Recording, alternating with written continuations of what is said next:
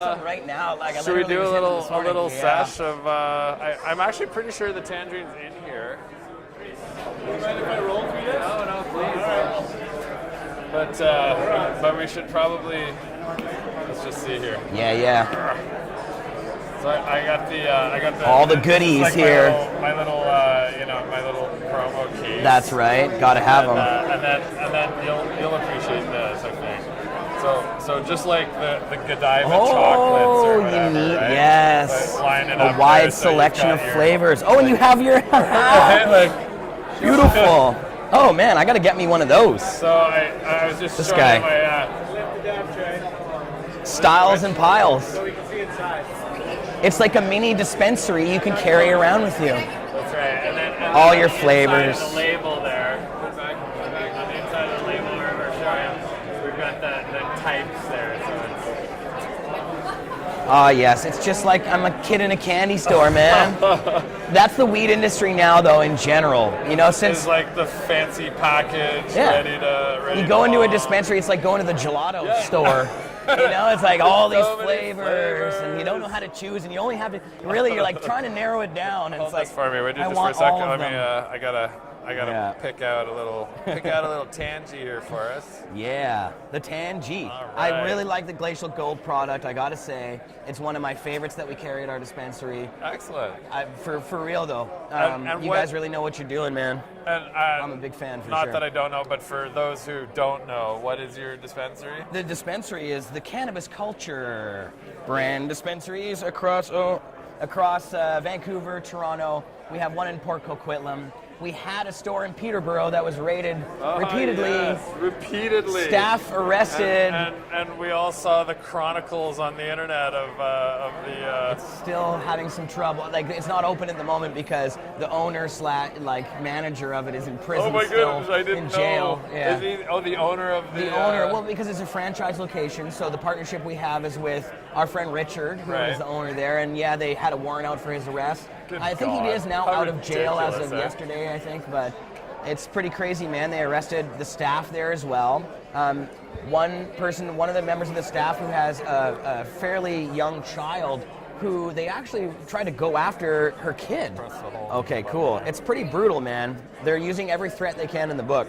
And it just seems so disproportionate to the crime at hand, of course, of servicing a clear need in the community. Well, it's ridiculous that we, at a time when the Prime Minister himself has repeatedly said how the prohibition against drugs has failed, he's promised to legalize marijuana. We have a legal industry happening where we have corporations producing marijuana that's being sold through the mail, and yet we have Trudeau continuing to tell his cops to arrest people, tell his new legalization crew, Bill Blair and these guys. Is it Trudeau, though, or is it because it's in Ontario that there's extra pressure on No, it? it's- Or well, I is think- it a regional? It feels more regional to me. I mean, clearly here in Vancouver, we don't have these problems. There's a much more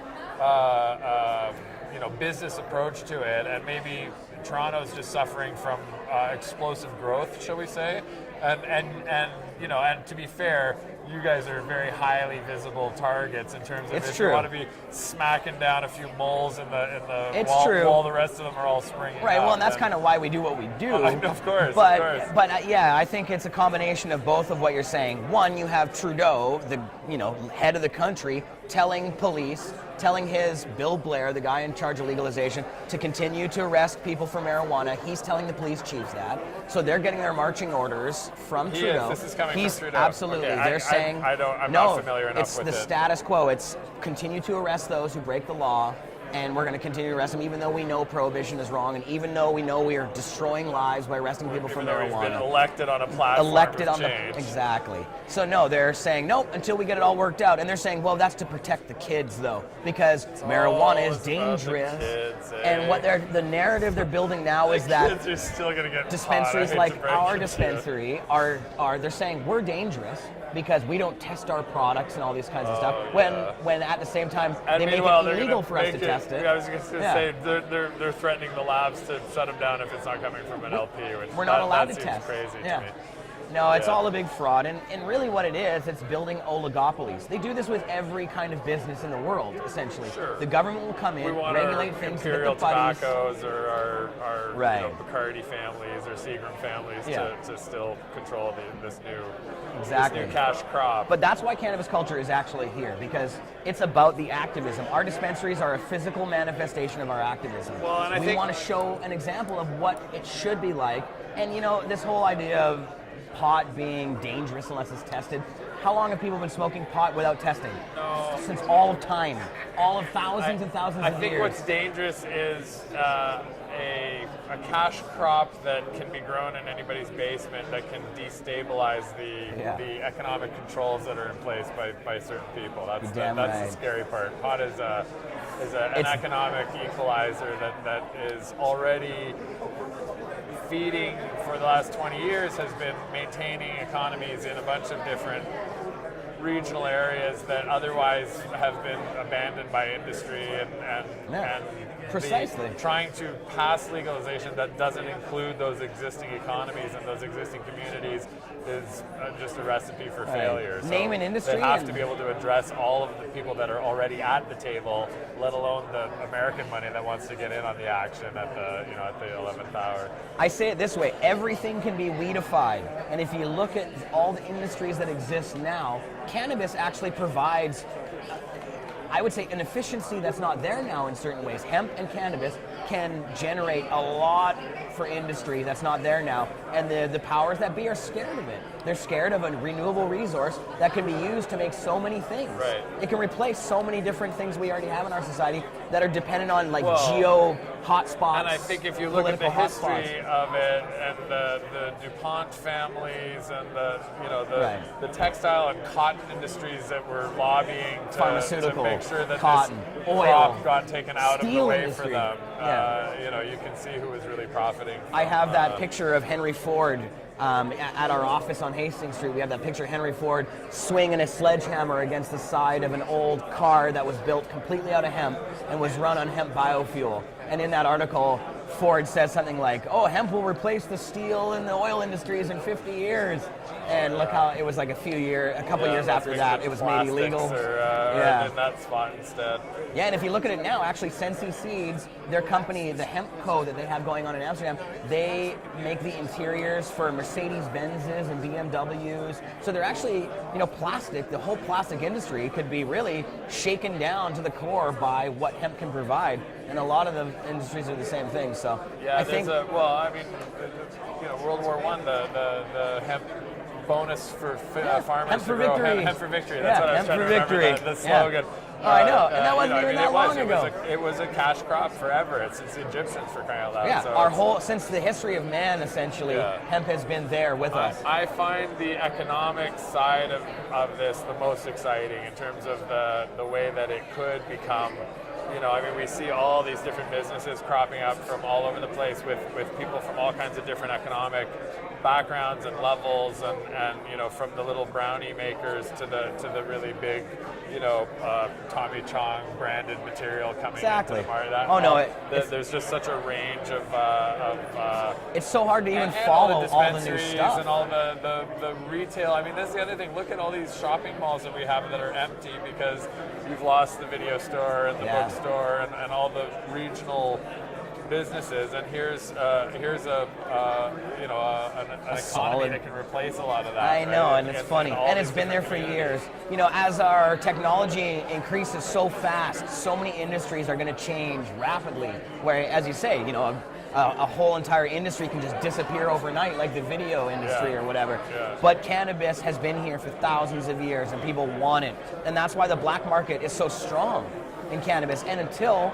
the government wakes up and realizes that they are going to have to compete with the black market, there's going to be no real legalization until they can compete with that black market. Because everything, if they don't legalize it the right way, people will just continue to go with what's easier, and that's the black market. Right. Really, they think they're going to be able to put a gun to people's heads and say, you have to buy shitty weed from an LP who mass produces it and then blasts it with gamma radiation because that's the only legal thing. People are going to be like, fuck you. We'll just go get it from our dealer down the street. We've been getting it for all these years. Well, and it's much better and cheaper. People are still getting it, right? Yeah. Like even in the dispensary culture. I mean, yeah, it's available now to people at a street level, but you know, there's still plenty of people who don't want to go through the dispensary to get a card and do the whole especially thing, when you have to give up your personal information at most of these dispensaries. Exactly. You're in a computer on a list, and as we see, sometimes that information gets sent out to all the people by accident.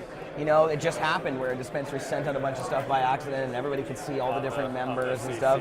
Yeah, so cannabis culture, we don't ask people for their private medical information because it's not our place. We don't believe that we even have the right to ask people for their private medical information. It's actually illegal. So, you know, for us, so you're 19 plus. You're 19 protest, plus. basically. This is an activist statement of Absolutely. pushing, Marijuana needs to be legalized for all Canadians and all Americans and all people in the world, not just people who have a sickness and who have been able to go to a doctor and get permission.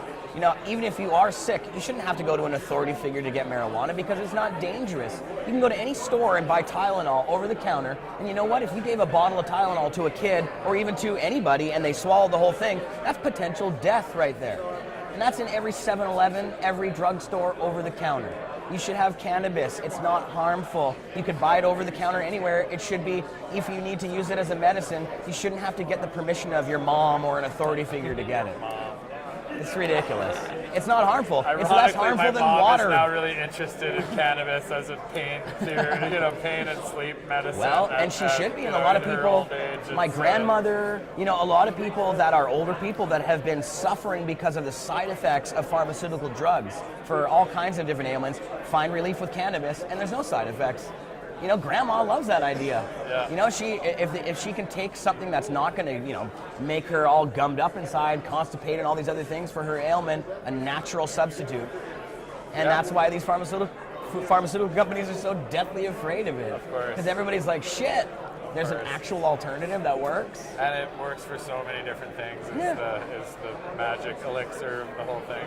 It's the tree of life, baby. So tree we of life. started this all backwards.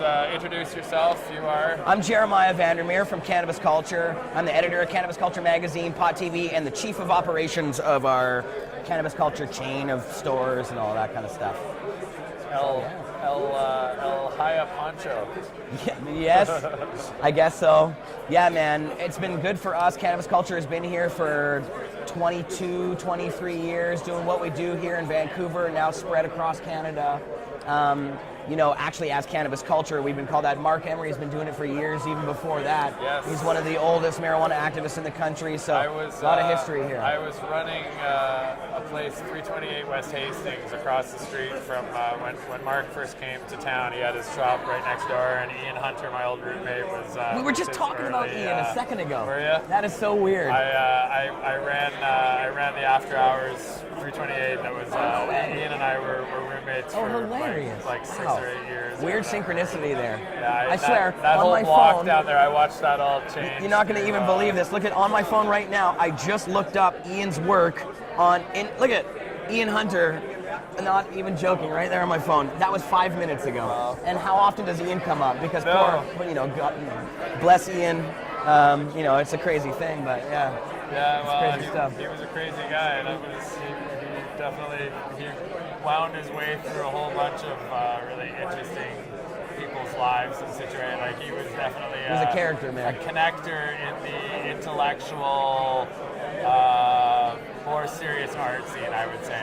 For sure. You know, the various punk and the different movements that were going on in that kind of mid-90s era in Vancouver. He was very connected to a lot of it. Well, and I think cannabis has grown in part because of this subversive cultural aspect of it, where, you know, it was pushed underground, and in a way it kind of makes people want, it's a form of rebellion to even be involved in it in a way. And you know?